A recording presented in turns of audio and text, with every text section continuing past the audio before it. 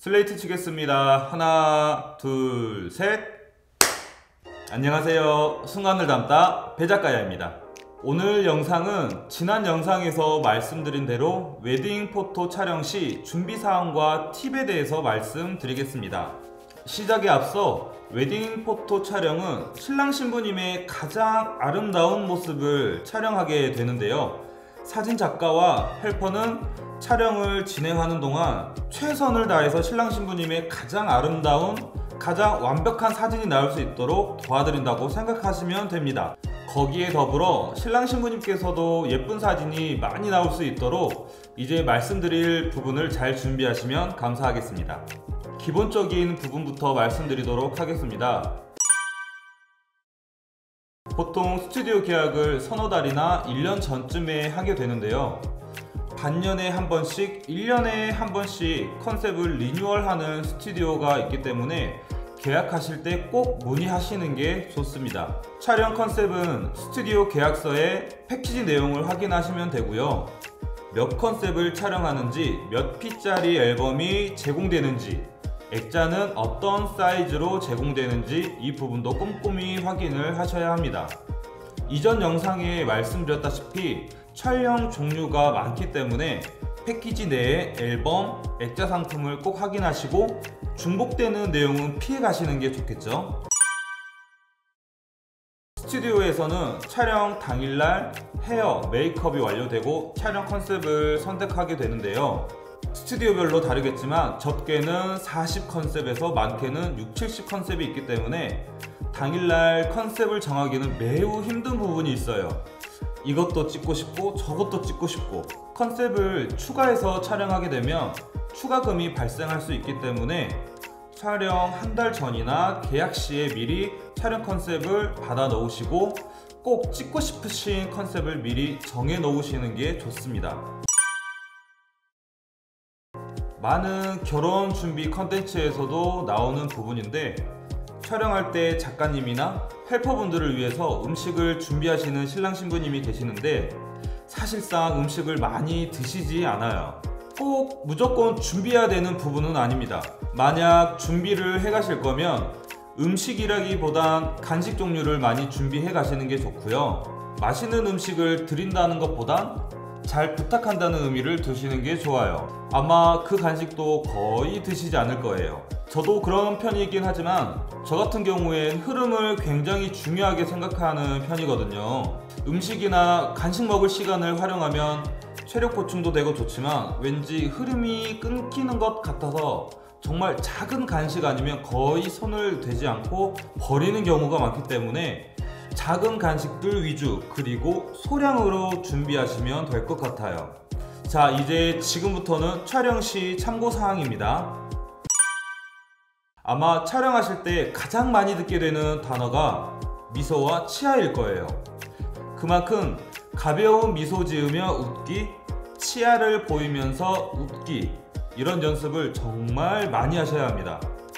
모든 페이지를 분위기 있는 표정과 느낌으로 하는 것보단 중간중간에 미소 짓는 컨셉도 있기 때문에 꼭 연습을 하셔야 촬영 당일날 예쁜 사진이 많이 나올 수 있다는 점, 그리고 자연스러운 미소를 잘 하시는 분들은 아마 작가님께서 더 열과 성의를 다해서 촬영을 하실 거예요.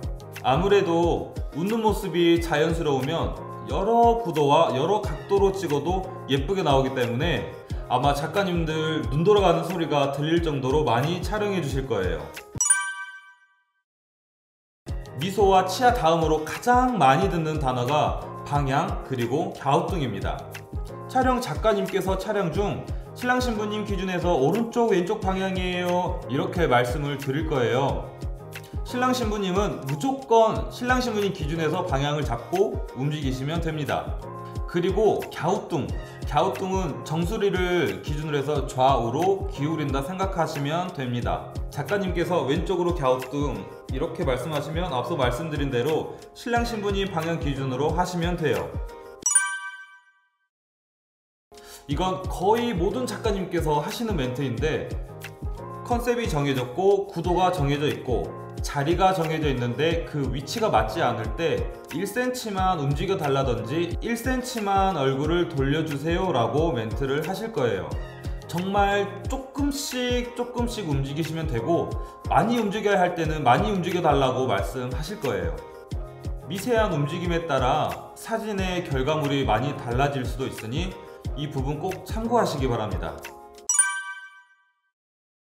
여기에서 눈을 크게 뜨라는 말은 정말 눈에 힘을 빡 줘서 크게 뜨라는 말이 아니라, 웃을 때 보면 눈이 자연스럽게 작아지잖아요.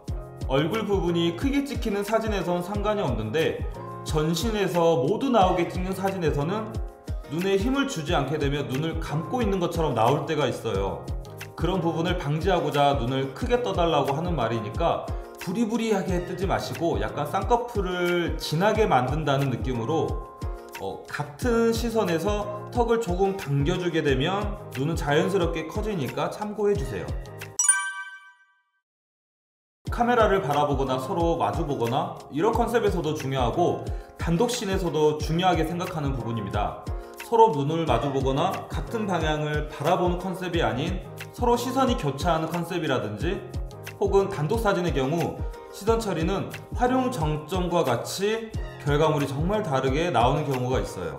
일반적으로 일상생활할 땐 정면만 보고 옆을 보고 생활을 하지만, 왼쪽 위 아래, 오른쪽 위 아래, 고개를 왼쪽으로 돌려서 내 날개뼈를 확인하는 듯한 시선 처리, 이런 시선이 사진을 180도 바꾸게 만드는 부분이니 거울을 보고 연습 많이 하시면 촬영 당일날 제 실력 발휘할 수 있습니다.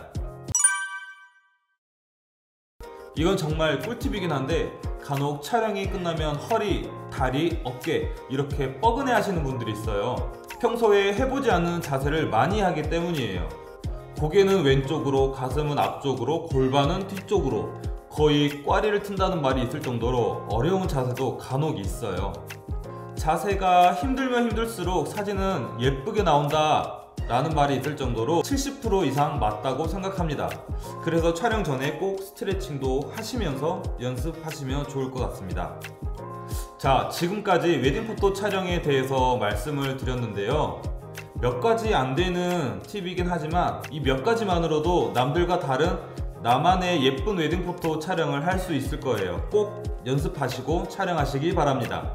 다음 영상에선 본식 촬영할 때 준비해야 될 부분을 말씀드리도록 하겠습니다.